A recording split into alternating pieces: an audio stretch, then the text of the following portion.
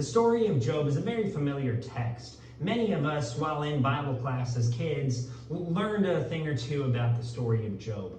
But if you were like me, the larger portion that we studied were chapters 1, 2, and the last several verses of chapter 42. There are an entire 42 chapters in this book. And there's so much meat that can be brought out from all of these various chapters.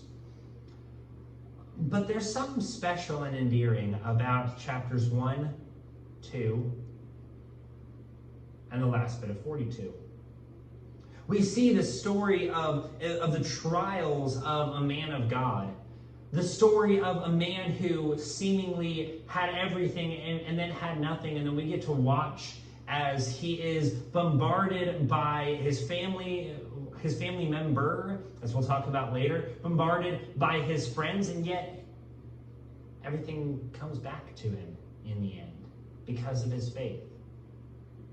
And looking at the first 5 verses of Job chapter 1, we see that this man is not only a wealthy man, but a very faithful man. Let's look at these 5 verses. There was a man in the land of Uz whose name was Job. And that man was blameless, upright, fearing God and turning away from evil. 7 sons and 3 daughters were born to him. His possessions also were 7,000 sheep, 3,000 camels, 500 yoke of oxen, 500 female donkeys, and very many servants. And that man was the greatest of all the men of the east. His sons used to go and hold a feast in the house of each one on his day. And they would send and invite their 3 sisters to eat and drink with them. When the days of feasting had completed their cycle, Job would send and consecrate them, rising up early in the morning and offering burnt offering according to the number of them all. For Job said, "Perhaps my sons have sinned and cursed God in their hearts." Thus Job did continually. Man, look at this man. He's got it all. Not only does he have riches, he's got all these servants, all this oxen, all these different things that make him wealthy with money. He's also got a great family. He's got all of these kids, and not only does he have all these kids, he's got kids that work well together. They visit each other continuously, invite the sisters. They are a family. They love each other, and I would assume they absolutely love their father. And this man is so faithful that he, according to verse 5, also makes sure that he gives sacrifices for his children's sins that he might not even know, the sins that are simply in their hearts, that they haven't even inquired to him about. He simply says, I don't know if they're having sins in their hearts, so I'm going to help and cover them. What a faithful man. He's got it all. But knowing the story of Job, we know that sadly, pretty much all of this goes away. Pretty much all of this is taken from him. So today we're going to look at this regular passage, and we're going to look at it in 2 different ways. Number 1, we are going to look at Job chapter 1 and 2. And we're going to look at the cycle that Job goes through. There's a 3-part cycle that's put in each chapter of 1 and 2. And we're going to look at that cycle. We're going to look at the man. We're going to look at the story of everything that happens to him. And then secondly, we're going to look at various lessons that we can learn from this man. I know normally I may have a 3-pointer lesson. Normally we may have one particular lesson, but there's just so much in this text. We're going to look at these 2 things. We're going to look at the cycle, and then we are going to look at various lessons, 4 lessons that we can learn from this passage. So grab your Bible, flip it to Job chapter 1, grab a pen and paper, start taking notes, and let us look at this text more in depth. As I mentioned, there is a cycle that occurs in the first 2 chapters, and it happens twice. The first chapter, in verses 6 through 12, we see a discussion with Satan. Secondly, in chapter 1, verses 13 through 19, we see disasters occur to Job. Thirdly, we see in chapter 1, verses 20 through 22, Job's reaction to that. There's going to be a very similar cycle that happens to Job later on. But let us look at those cycles. First, let us look at chapter 1, verses 6 through 12. Please follow along with me. The text will not be on the video, so please open up your Bible. Chapter 1, verses 6 through 12. Now there was a day when the sons of God came to present themselves before the Lord, and Satan also came among them. The Lord said to Satan, "From where do you come?" Then Satan answered the Lord and said, "From roaming about on the earth and walking around on it." The Lord said to Satan, "Have you considered my servant Job? For there is no one like him on the earth, a blameless and upright man, fearing God and turning away from evil." Then Satan answered the Lord, "Does Job fear God for nothing? Have you not made a hedge about him and his house and all that he has on every side? You have blessed the work of his hands, and his possessions have increased in the land. But put forth your hand now and touch all that he has. He will surely curse you to your face." Then the Lord said to Satan, "Behold, all that he has in your power, only do not put forth your hand on him." So Satan departed from the presence of the Lord. Satan had to go before the Lord, make an address to him. He had to go before God, and God and Satan make this deal, shall we say. Satan's going about, and God says, "Have you considered my servant Job?" Now, Satan, being the way he is, and honestly, a pretty good knowledge, he's saying, "Look, I mean, this guy has it all. If you take that all away from him, he's not going to follow you." We're going to get back to this at the latter portion of this lesson, but Satan has some truth there. It seems as though Job is a very faithful man. Why? Because he's been blessed a lot in this life. Now, Satan, trying to be the way that he is, wants God to reach out his hand and hurt Job. Of course, God does not do that. We only get good and perfect gifts from our Father. But God allows him, says, "Hey, go for it. You go for it. Don't touch him, but you can touch everything else." This is the plan that is going to happen. That was the first one. That was the first part of the cycle, the discussion with Satan. And then we see in verses 13 through 19, the disasters occur. This is where this story really gets sad. This is where things get tough. Verses 13 through 19. Now on the day when his sons and daughters were eating and drinking wine in their oldest brother's house, a messenger came to Job and said, "The oxen were plowing and the donkeys feeding beside them. And the Sabaeans attacked and took them. They also slew the servants with the edge of the sword, and I alone have escaped to tell you." While he was still speaking, another also came and said, "The fire of God fell from heaven and burned up the sheep and the servants and consumed them. And I alone have escaped to tell you." While he was still speaking, another also came and said, "The Chaldeans formed 3 bands and made a raid on the camels and took them and slew the servants with the edge of the sword, and I alone have escaped to tell you." While he was still speaking, another also came and said, "Your sons and your daughters were eating and drinking wine in their oldest brother's house. And behold, a great wind came from across the wilderness and struck the 4 corners of the house, and it fell on the young people, and they died. And again, and I alone have escaped to tell you."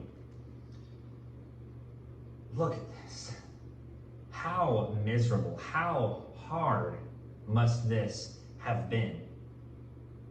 Notice Satan, the master tempter. He did a few things. First, let's look at the timing of it all. All 4 of these occurrences happened in different places. But what happens? We see, while the servant was still speaking, another servant came up. While the servant was still speaking, another servant came up. And again, while the servant was still speaking, another servant came up. What we see is these messengers that are trying to come up to Job and tell him the great disasters that happened to him. all were timed perfectly to where they came within seconds of the other one. When I myself read this out loud to myself, it took me 58 seconds to read this in a simple, calm manner.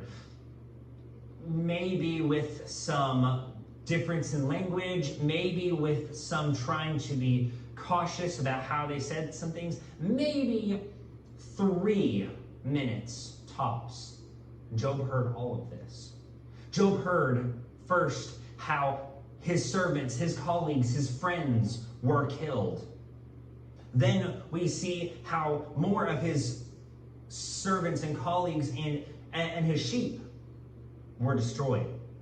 Then we see his camels were taken, and even more of his sheep were destroyed, and more of his servants, were killed.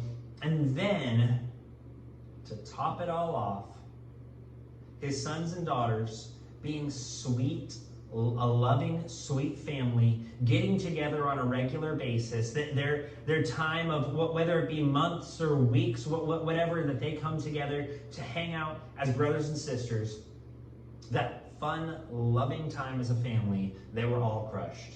They were all killed. Job's entire life destroyed by his knowledge in a matter of 3 minutes. No idea how long before he knew it these things actually happened. Satan timed them, though, perfectly, so that within a matter of a few minutes, Job would find out about all of them. What a master tempter. What a terrible, awful time that Job had. I can't imagine. I simply cannot imagine how miserable this was to him. But we also see his first attack was done by a bunch of men. They took swords and slew all of his servants. The next one was a natural thing. Though it says the fire from God, we can probably assume that was their way of saying lightning, not knowing what lightning was at the time due to the science barrier. And then the next one was more. It was the Chaldeans coming in and destroying. And then we see a great wind, potentially a tornado coming through and destroying them. We see so many natural causes that, in Job's mind, would link it to just God allowing natural things to happen. Satan knew what he was doing. He crushed and destroyed this man. And then thirdly, we see his reaction. His reaction comes in verses 20 through 22. Then Job arose and tore his robe and shaved his head and fell to the ground and worshipped. He said, "Naked I came from my mother's womb, and naked I shall return there. The Lord gave, and the Lord has taken away. Blessed be the name of the Lord."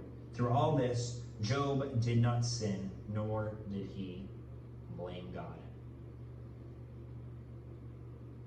He didn't care. The Lord giveth, the Lord taketh away. Of course, it crushed him. Of course, it destroyed this man.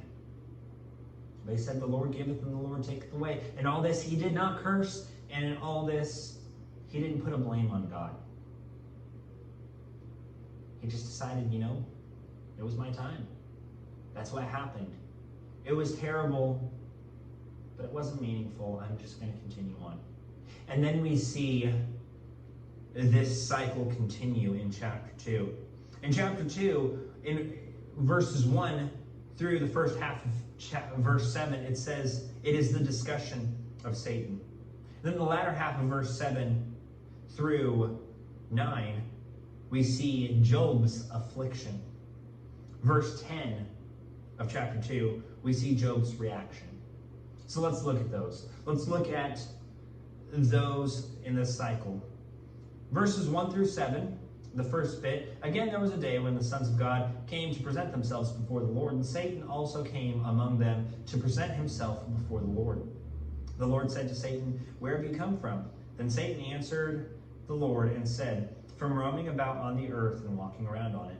The Lord said to Satan, "Have you considered my servant Job? For there is no one like him on the earth, a blameless and upright man, fearing God and turning away from evil. And he still holds fast his integrity, although you incited me against him to ruin him without cause." Satan answered the Lord and said, "Skin for skin. Yes, all that a man has, he will give for his life. However, put forth your hand and touch his bone and his flesh, he will curse you to your face." So the Lord said to Satan, "Behold, he is in your power. Only spare his life." A very similar occurrence as before, but now we get Satan saying, "Let me actually touch him. Let me actually work with him," which actually he didn't say let me, he wanted God to do it again. But God says, go ahead. Test him. Get his skin. Do whatever you want with him, but you're not allowed to take his life. That's just the way things are. So then we see after this, the second part of this cycle, and that's Job's affliction. Continuing on in verses 7 through 9. What kind of affliction does Job have? He has two primary afflictions. It said, "Then Satan went out from the presence of the Lord and smote Job with sore boils from the sole of his foot to the crown of his head. And he took a potsherd to scrape himself while he was sitting among the ashes. Then his wife said to him, 'Do you still hold fast your integrity? Curse God and die.'" The first are the sore boils that we see all throughout Job's body. Again, Satan is smart. Satan is a master. He could say, I am not going to be able to hurt his body, so I can't give him something like cancer where that will kill him. I can't give him some kind of disease that will kill him, but I can give him something that he can die from if he chooses. It's not going to be the colds. It's not going to be the flu. It's not going to be coronavirus. No, it is going to be boils all throughout his body. Various different infections throughout. Something like acne, but a much, much, much, much, much greater point. To the point that it hurts anywhere where he sits. It hurts anywhere he stands. It hurts with any clothes that's on him. He can't sleep. He can't sit. Even eating probably was a difficulty. It was pure misery with all of these infections on his body. Now he could tend to them and work on them. And as long as he did that, his life was going to be fine. He wasn't going to die. But as we all know with infections, unattended, it can take your life. He could make that decision, if he so decided to just let himself die. Or sit there in misery with his boils.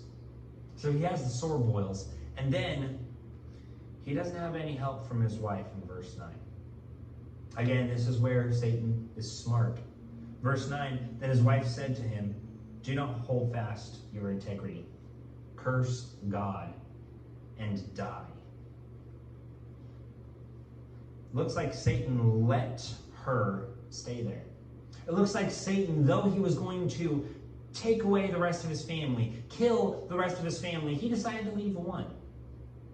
He decided to leave the weakling, his own wife. His own wife that was so angry that she fell. It seems as though she did curse God. It seems as though she gave up on God because she's trying to tell him to do so.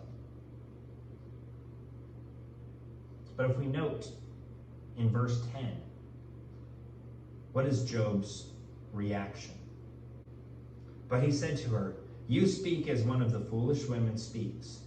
Shall we indeed accept good from God and not accept adversity?" In all this, Job did not sin with his lips.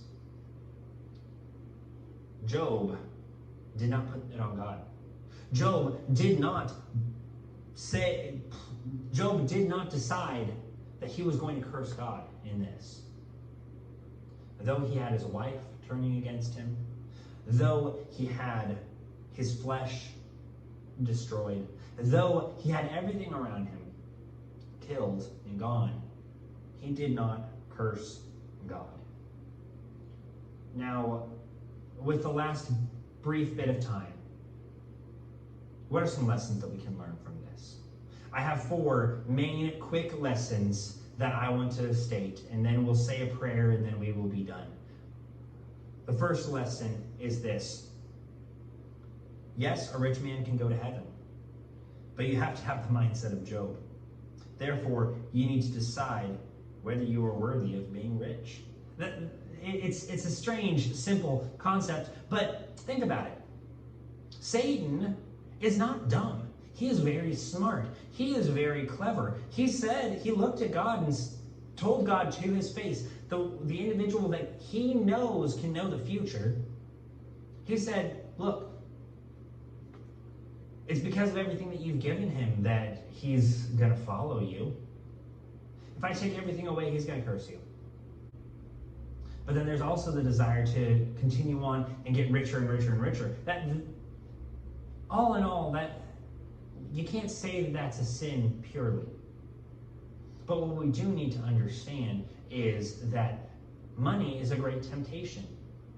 Jesus was not lying when he said it is easier for a camel to go through the eye of the needle than for a rich man to enter into the kingdom of heaven. It's tough. Job showed that he, being a rich man, was still an actual faithful man. But we need to understand before we try to reach out to this American dream, am I worthy of being rich? Am I a Job? Can I actually endure this? If God takes if all of this is taken away, am I still going to be faithful? Or do I need to make a life change on that? That might be our temptation. The second lesson I want to look at is Satan tries to tempt us with hard times, but Job never gives the credit to him. Think about that. Look at these 2 cycles. At the end, in Job's reaction, he doesn't just say, this is Satan's doing. I'm not going to curse God because it's Satan's doing. Well, yeah, it is. It truly is Satan's doing. And God allows us to see that it is Satan's doing. Satan put this all on him. But Job has the kind of attitude that Satan's not even really on his horizon. The tempter is not on his horizon. It is a relationship between him and God.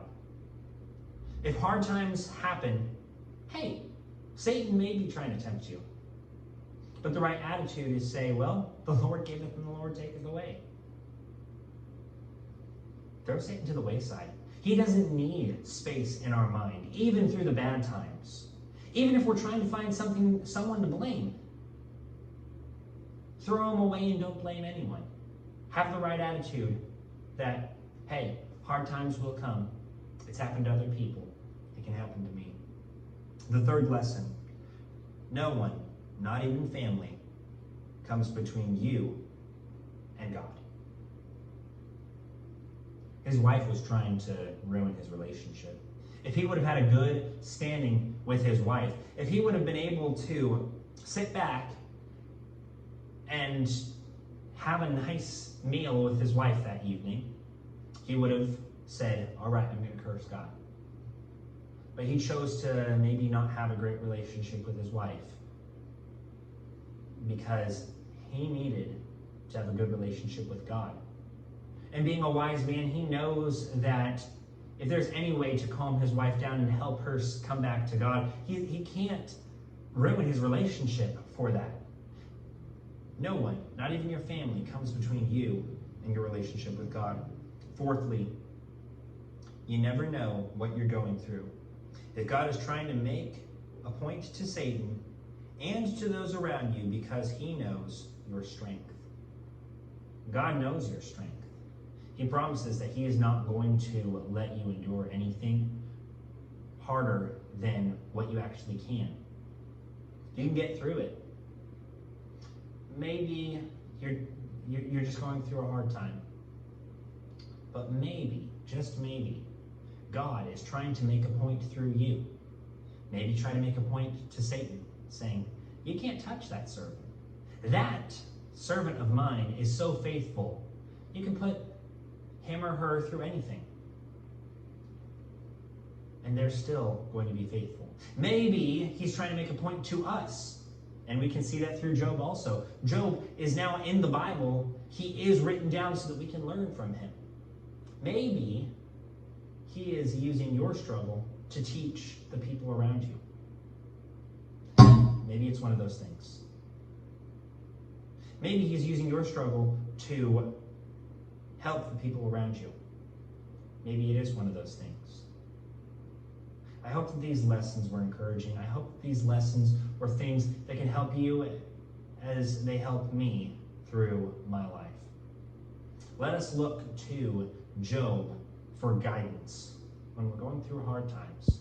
Let us look to Job for the lessons that he can give us.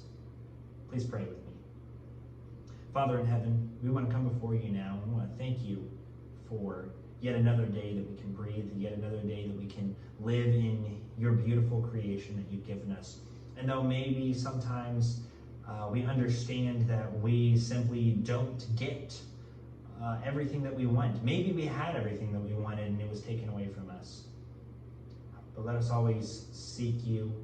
Let us always lean on you. Let us not let anyone mess with our relationship with you. Let us always look to you and thank you for another day that you've given us. Thank you for your son, Jesus, and it's in his name we pray to you. Amen.